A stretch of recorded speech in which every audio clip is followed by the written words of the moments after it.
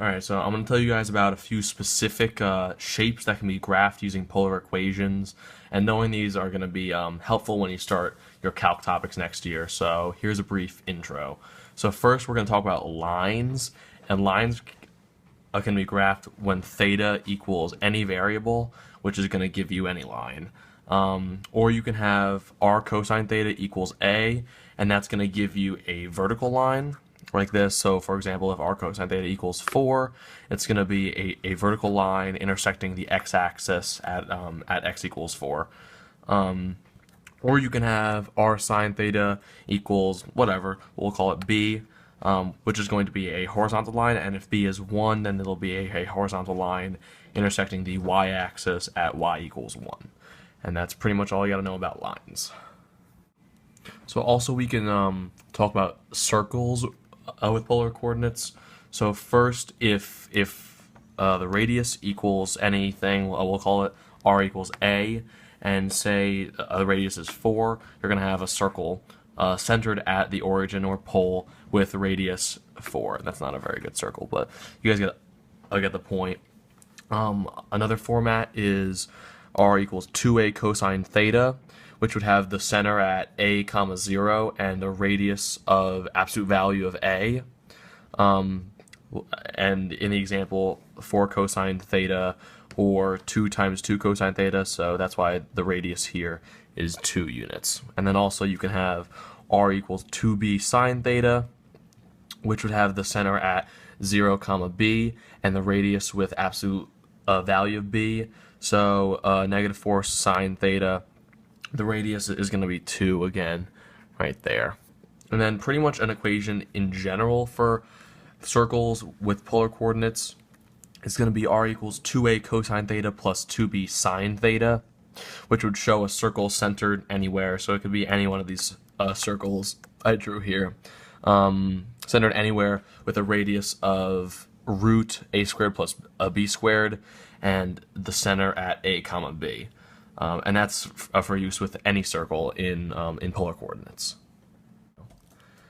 Okay, so a cardioid is a somewhat heart-shaped graph that's graphed using these two equations. It's either a plus or minus b cosine theta or a plus or minus b sine theta. And the dimple shown here, this is using cosine, sort of ish cardioid. The dimple right there is always going to include the pole of your grid. The period goes from 0 to 2 pi. So this is with a positive cosine.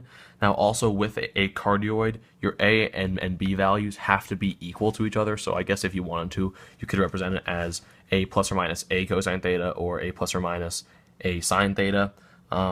So with a cosine, it's going to look like this. If you have a positive here for your cosine term, with this value being a and this value being 2a, and then that is if it's a negative in front of your cosine term, and it's pretty much just a reflection over the y-axis, just flipped.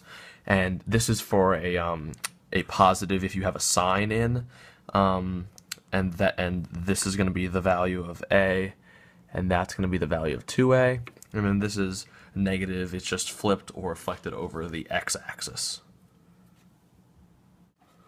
Alright, so a limacone, it's spelled a limacon, but it's pronounced limacone, follows these two equations, a plus or minus b cosine theta and a plus or minus b sine theta, but a and b cannot be equal, like in a cardioid. If a is greater than b, it's going to be a dimple like a cardioid, but the center of that dimple is not going to be at the pole. But if b is greater than a, it's going to be an interior loop, sort of like that. And the limacones follow the same cosine and sine rules as do the cardioids. Alright, so now I'm going to talk about a graph that looks a lot like the petals of a flower, so it's called the rose curve or rose petal graph, and it's graphed using these two equations. Alright, here you have r equals a sine n theta, and then you have r equals a cosine n theta. and a and n cannot equal 0. If n is odd, the period of the graph is going to be 0 to pi, and there's going to be n petals. So there's an example. If you had r equals 2 sine 3t, that's your graph right there. And then if n is even, the period of the graph is going to be 0 to 2 pi with 2n petals. So here's an example right here for 2 cosine 4t. That would be your graph, within reason.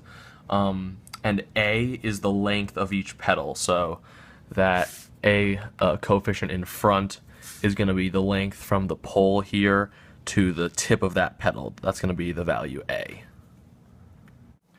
Alright, so the last shape I'm going to tell you guys about is the lemniscate. Period is from 0 to 2 pi, and it follows these two equations. You have r squared equals a squared sine 2 theta, and you have r squared equals a squared cosine 2 theta, and if you wanted to, you could bring that squared over to the other side and make it a square root, so you would have r equals root a squared sine theta, or sine 2 theta, excuse me, or r equals root a squared cosine 2 theta. And don't confuse this. If you were to drop a vertical tangent line from the edge of the graph there, the x-intercept would be length a. So in this example, if you have r equals root 4 sine 2t, that's the graph of that function. And you see your a squared value is 4, so your a value would be 2. And that's why if you dropped an imaginary vertical tangent from the edge of the graph, it would touch the x-axis at x equals 2.